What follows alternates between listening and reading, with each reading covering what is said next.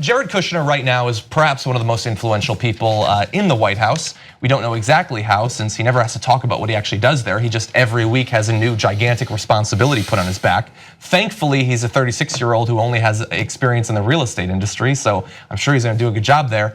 But in addition to being influential, he also unfortunately is plagued with a really spotty memory, and he keeps forgetting to disclose important things like having over $1 billion in loans out from some of the biggest banks in the world, banks that his influence could possibly influence.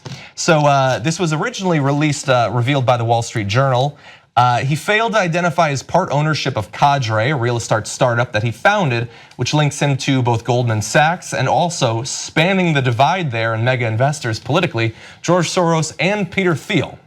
So that's a big organization there that he hadn't actually talked about, but perhaps more importantly, he failed to identify debt of more than $1 billion from 20 lenders and personal guarantees to pay more than $300 million of that. Now, sometimes you forget about some money. It slips between the cushions and the couch and you forget that it was there. I would have remembered the $1 billion. And what's important out of this is that a source told the Journal that Kushner planned to recuse himself from anything that concerned Deutsche Bank and RBS, two of the banks he owes money to. So that's good that we now find out that he was going to willingly recuse himself without revealing that he had a possible conflict of interest. But that's just two of the banks, and he still owes money to Bank of America, the Blackstone Group, which is a massive investment firm, Citigroup, UBS, and Deutsche Bank and RBS. So he can possibly be whispering in Trump's ear, in other Republicans' ears, crafting policy that affects these banks. And we only now are finding out that he theoretically has a couple $100 million of reason to go easy on them. Man, they are a different class of people. They're rich. $1 billion in loans at that age, it's hard to wrap yourself around and how that's a different class. It's clearly showing how money is controlling everything in our politics. What more do you want than other to see that this is what has arisen from our current situation? I don't know how we continue to have this ignorance or willful ignorance that we're being controlled by a bunch of other people that have our interests not anywhere in their minds. One aspect of the story that I really love, because it's so emblematic of just the bipartisan corruption that Kushner sort of represents, is that the attorney who is representing him and giving statements to the media to kind of rationalize the conduct and talk about how they're going to be addressing it is Jamie Gorelick. Now, if you're familiar with who Jamie Gorelick is, she is a Democrat. She was the deputy attorney general under Bill Clinton in the 1990s. And she also was involved in the 9/11 Commission in the mid-2000s.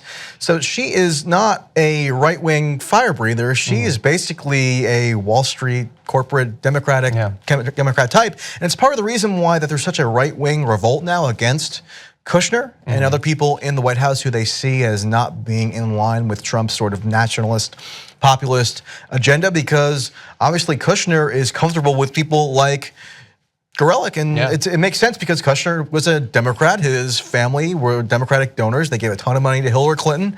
So he's about the money. He doesn't really care ideologically where they come from. Right. So and Bill Clinton had massive corruption, especially later on in his presidency. There was huge, the foreign money scandals and all that. So I'm not surprised to find someone who's okay with that, having dwelled there, And I have to wonder where the information is coming from. I mean, we've been talking for several weeks now about the split between Kushner and Bannon. I mean, the fact that specifically the information linking into George Soros came out makes me think that maybe Bannon is involved in this. I don't have any evidence of that, but I imagine the right wing is gonna go crazy when they find out that they're financially linked. I mean, his money is kind of the example where his money doesn't care about left or right. Left or right is the dynamic that they've tricked us all into believing, so we argue with one another. These are all the same people. It's almost as if Obama would be going to Wall Street right now to give a speech and all the money would be coming from the same people. It's almost like that. Almost, I don't know, could be. The Soros connection is just hilarious because Soros, as we all know, is just kind of this omniscient bugaboo that helps explain every kind of right-wing grievance. So have you not been paid by Soros for the protests you've gone to? No comment. You went to a town hall recently. Were you paid by Soros to do that? No comment. Okay. So I'm going to say yes, you were. No, but it's just funny because now they have to kind of configure the Soros into their narrative about Soros's nefarious interest.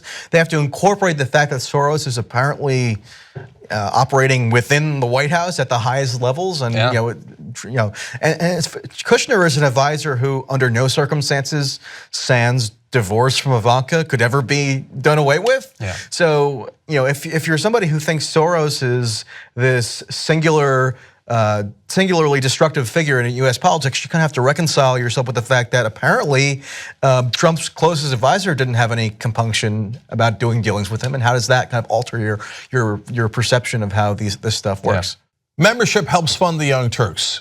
You know one great thing about that? That means we're not accountable to anyone but you guys. That's why we're strong together, because we built this show around you. Come build it even bigger and better at tytnetwork.com/join.